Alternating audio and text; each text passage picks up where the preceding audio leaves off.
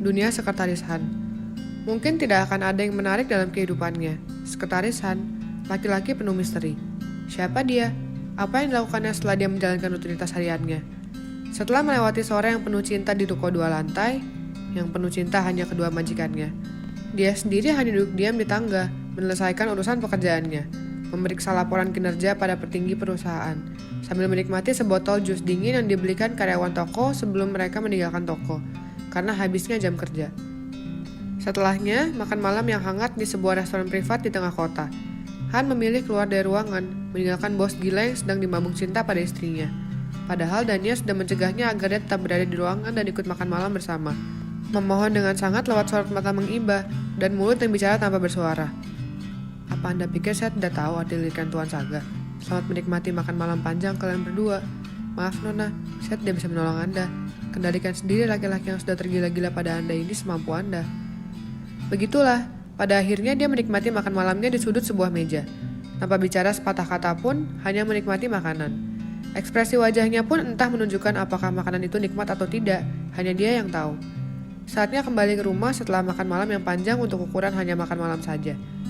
Sepanjang perjalanan di kursi belakang hanya terdengar, "Sayang, hentikan. Aku mohon hentikan." Cih, apa cinta benar-benar bisa membuat pelakunya bertingkah tidak waras tuan muda sekarang? Rasanya dia tidak sampai seperti ini dulu saat bersama Helena. Han berdiri di tempatnya sampai Saga dan Dania yang diikuti Pak Mon masuk ke dalam rumah. Setelah mereka menghilang, ditemani dengan kesendirian dan angin malam yang berhembus, dia masuk kembali ke dalam mobilnya. Meraih HP yang tersimpan di laci mobil, menghidupkan lalu melemparkannya pelan di kursi depan. Setelah itu menghidupkan mobil dan membawanya keluar dari gerbang utama, menuju kehidupannya sendiri. HP di kursi depan berkedip-kedip. Pesan masuk bergetar beberapa kali. Email masuk. Itu adalah HP khusus yang dia pakai sebagai laporan rahasia semua hal yang berhubungan dengan Tuan Saga dan Antarna Group. Mobil melewati jalanan yang cukup lenggang. Ramai orang yang menikmati kehidupan malam, namun tidak sampai menimbulkan kemacetan. Mobil berhenti di perempatan lampu merah. Terdapat beberapa antrian menunggu. Han mengetukkan tangannya beberapa kali sambil melirik lampu yang belum berubah warna. Sedetik setelah warna lampu berganti, sudah terdengar bunyi klakson mobil di belakang. Wahai penduduk bumi, Mbok ya sabar kalau lampu baru ganti warna. Gak usah pada ribut klakson juga, mobil depanmu juga akan bergerak. Han melanjutkan mobilnya lagi dengan kecepatan sedang, menyusuri jalannya menuju kediamannya. Sampailah di area parkir sebuah apartemen mewah, di kawasan elit kota. Seorang petugas keamanan menganggukkan kepala sopan ketika Han melewatinya. Han hanya menggerakkan tangannya membalas sapaan itu. Dia memasuki area lobi dan menuju lift khusus menuju lantainya. Tunggu, apa dia pemilik seluruh lantai yang ada di gedung ini? Entahlah, bahkan gajinya di Antarna Group saja masih menjadi misteri kan? Sambil menunggu lift mengantarkan ke lantainya, dia membuka HP khususnya. Laporan mengenai perusahaan. Dia membaca tanpa bergeming, bahkan air mukanya tidak berubah. Ketika lift terbuka, dia berjalan menuju satu-satunya pintu yang ada di lantai ini. Ya, satu lantai di gedung ini hanyalah rumahnya. Han memasuki rumahnya. Lampu sensor menyala saat dia melepaskan sepatu. Menghidupkan beberapa lampu di ruang utama. Mengendurkan dasi jasnya lalu duduk di meja di dekat dapur. Meletakkan kunci mobil dan 2 buah HP di sana. Melihat tuan muda jatuh cinta untuk kedua kalinya, kupikir awalnya mustahil. Tapi ternyata dia benar-benar bisa merubahnya ya. Dania, rambut bergelombang, tubuh yang mungil. Sebenarnya daya tariknya itu di mana sih? Sampai Tuan Saga tergila-gila. Apa di mulutnya yang pandai sekali bicara itu? Terdengar Han mendesah sebelum memasuki kamar mandi. Cukup lama dia menghabiskan waktu di kamar mandi, melebihi Tuan Putri saja. Salah satu hobinya memang berendam di bak kamar mandi sambil berpikir. Apa yang dipikirkannya hanya Tuhan yang tahu. Lagi pula selain Dania, mungkin tidak akan pernah ada yang bisa menanyakannya padanya. Malam semakin larut, Han menghidupkan kompor dan menuangkan segelas susu ke dalam panci kecil. Dia menghangatkannya sebentar kemudian kembali menuangkannya ke dalam gelas yang tadi. Mencampurkan sesendok madu ke dalam susu hangat.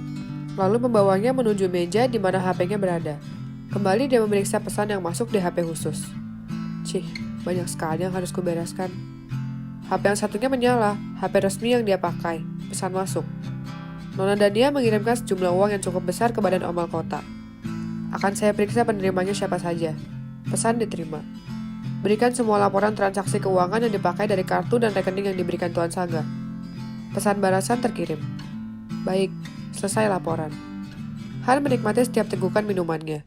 Minum susu hangat sebelum tidur katanya bisa membantu tidur nyenyak. Sepertinya berhasil untuknya, karena setiap malam dia tidak pernah melewatkannya sama sekali. Sekarang Han yang mengirimkan pesan. Bagaimana Helen? Terkirim. Dia sudah mendekati I.O. Undangan untuk peresmian juga sudah dia dapatkan. Biarkan saja, urus media jangan sampai ada berita tentangnya setelah peresmian. Apa akan membiarkannya muncul di peresmian? Itu akan jadi terakhir kalinya dia mengganggu Tuan Saga. Kumpulkan semua bukti, cetak semua foto yang kau dapat. Baik, Tuan. Aku sudah memberimu kesempatan untuk menyerah, Helen. Tapi sepertinya kau benar-benar keras kepala dan tidak tahu malu. Berbeda denganmu yang dari awal memang hanya ingin memanfaatkan ketulusan cinta Tuan Saga, kalau Dania bahkan sampai hari ini saking bodohnya dia tidak menyadari perasaan sesungguhnya Tuan Saga. Kenapa perempuan tuh banyak sekali macamnya begini? Han meletakkan HP yang biasanya, sekarang beralih pada HP khusus di tangannya.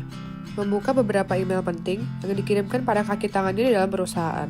Bukan CEO, tapi Han selalu punya wakil khusus yang berada di bawahnya langsung untuk memberi informasi mengenai kinerja perusahaan secara nyata. Bukan hanya laporan tertulis yang dibuat sebaik mungkin, namun fakta real di lapangan. Siapa saja mereka, tidak ada yang tahu. Siapa saja bisa menjadi bayangannya, apapun posisinya di perusahaan. Tapi yang pasti mereka adalah orang-orang yang setia pada Antara Group. Orang-orang yang separuh hidupnya mengabdikan diri untuk Antara Group. Melelahkan. Aku juga ingin pergi berlibur. Tapi di situasi seperti ini, saat bos yang tidak bisa membedakan mana buah apel dan mana semangka, kapan mereka akan saling mengakui perasaan mereka? Setelah memeriksa semua laporan, dia meletakkan semua HP-nya bercampur dengan kunci mobil di meja dapur. Han mematikan beberapa lampu dan menyisakan satu, lalu berjalan menuju kamarnya. Sebentar setelah menjatuhkan diri di atas tempat tidur, dia sudah mulai bergumam lembut masuk dalam mimpi. Aku juga ingin jatuh pada gadis berambut bergelombang dan berwajah manis. Andai ada yang merekamnya saat menggigau dalam tidur. Itu bisa jadi aib yang bisa dipakai untuk mengancam sekretaris Han seumur hidupnya.